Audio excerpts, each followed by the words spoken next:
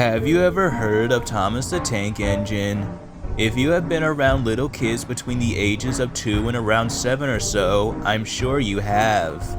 My son adored Thomas so much so that he could name every single train, knew what color they were, and the number they had painted on them. I was glad when I heard that he was coming to visit me over the summer, but I had a ton of work to do, so I bought him a Thomas DVD. The cover looked innocent enough. What was also interesting was that Thomas was smiling and little wooden children were waving their arms out of the windows in his coaches. The DVD was called Thomas and the Children. He was so excited to see the DVD that, right off the bat, he pleaded with me to pop it into the DVD player. I went to work while he watched it. After a few hours, he came into my office, looking as pale as a sheet. Daddy? He spoke. His voice seemed weak. Are you okay? I asked, touching his head. I noticed that his temperature had gone up. Why did Thomas kill the children? My heart sank like a stone, but I soon brushed it off. I'm sure Thomas didn't kill the children, I reassured him. Now you need your rest and some medicine. I gently pushed him toward his room. Come on now. After putting him to bed, I got curious as to what he had seen. I popped in the DVD and began to watch the episode play. It seemed normal enough. The episode began as Thomas was told to take a group of children to the seaside by the instructions of Sir Topham Hatt. I noticed something odd though.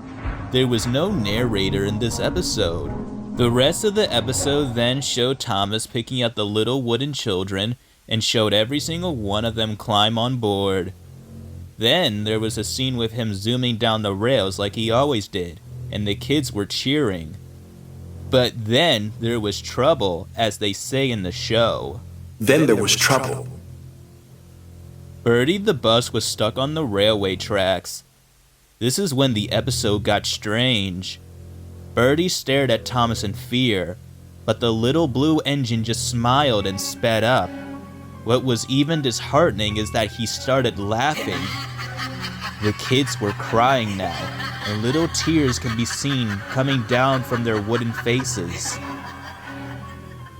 Thomas crashed into Birdie, causing pieces of them to fly everywhere. Usually by now the narrator would say, and luckily no one was hurt, but there was no reassurance for the kids. The episode then showed the carnage inside the coaches. Wooden limbs were broken off. What looked like actual blood had been splattered everywhere. Heads had been ripped off of the little bodies of the little dolls. And worse yet, the children still had tears painted upon their faces. Everything went to static. After that, I felt myself boiling over with anger. What sicko would create something that messed up for little kids? When I paused the static, messages started to appear on the screen. Disturbing messages like kill, obey, multiply, and die. I watched the static for over an hour and noticed 30 different types of messages. I threw the accursed thing in the trash after breaking it in half. I would not expose my child to any more of that trash. Before going to bed myself, I checked on him. He was happily asleep and snoring, clutching his teddy. I had a nightmare from this. One where the children came into my room, but they were lifelike and as tall as a normal person. Their twisted forms grabbed my limbs and pulled me apart, while I heard that blasted train laughing. Now, I have woken up, covered in blood, knife in hand, and I'm too afraid to go check my son's room.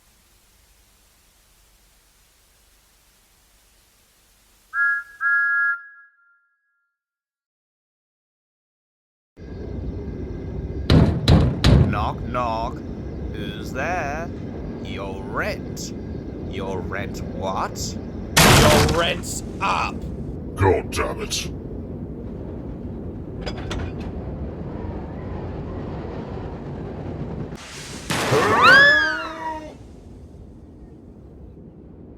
Always remember, never forget.